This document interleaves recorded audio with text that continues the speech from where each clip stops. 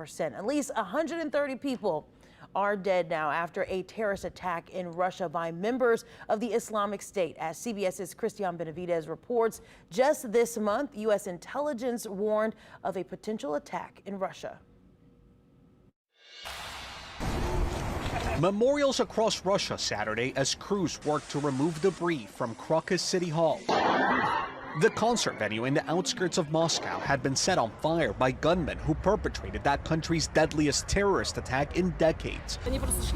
They were just walking and gunning down everyone, this survivor said. The images are just horrible and just hard to watch, and our thoughts obviously are going to be with the victims of this terrible, terrible shooting attack.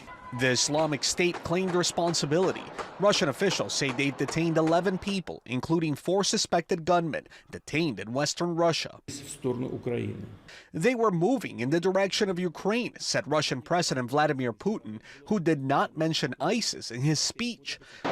Ukrainian officials have denied any involvement in the attack and accused Putin of trying to fuel anti-Ukraine sentiment.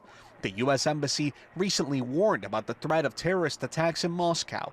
A U.S. source familiar with the intelligence told CBS News there's been a steady stream of intelligence dating back to November about ISIS wanting to strike in Russia. Our embassy there put out a notice to all Americans in Moscow to avoid any large gathering. U.S. officials say there is no known threat to the U.S. emanating from the attack in Russia. Christian Benavidez, CBS News.